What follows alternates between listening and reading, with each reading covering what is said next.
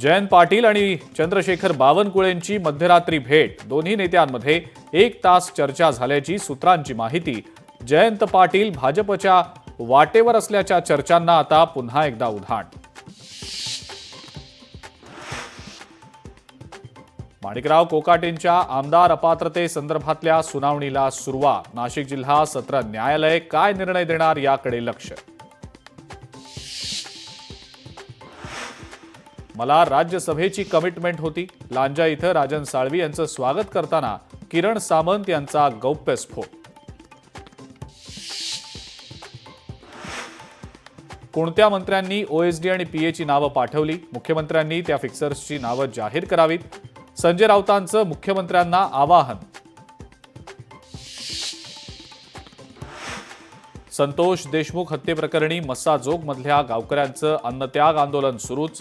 न्याय मिळेपर्यंत आंदोलन सुरूच राहणार, धनंजय देशमुखांचं वक्तव्य।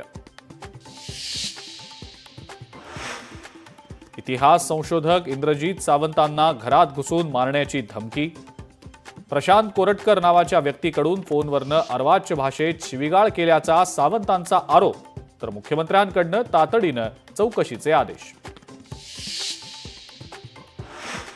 स्वराज्य रक्षक संभाजी महाराज मालिकेचा शेवटचा भाग बदलण्यासाठी दबाव होता। निर्माता, अभिनेते आणि खासदार डॉक्टर अमोल कोल्हे यांचा दावा। 24 तास थांबा, सगळं नीट होईल। खासदार संजय राऊतांचा पुण्यातल्या नाराज महिला पदाधिकाऱ्यांना फोन, सूत्रांची माहिती।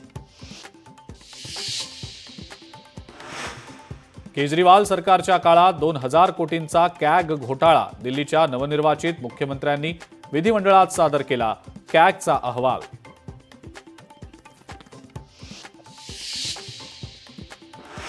आणि काँग्रेस नेते सज्जन कुमार यांना जन्मठेप।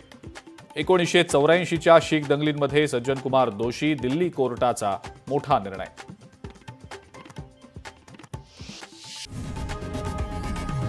लोकशाही मराठी ऐका, पहा, जागरूक रहा।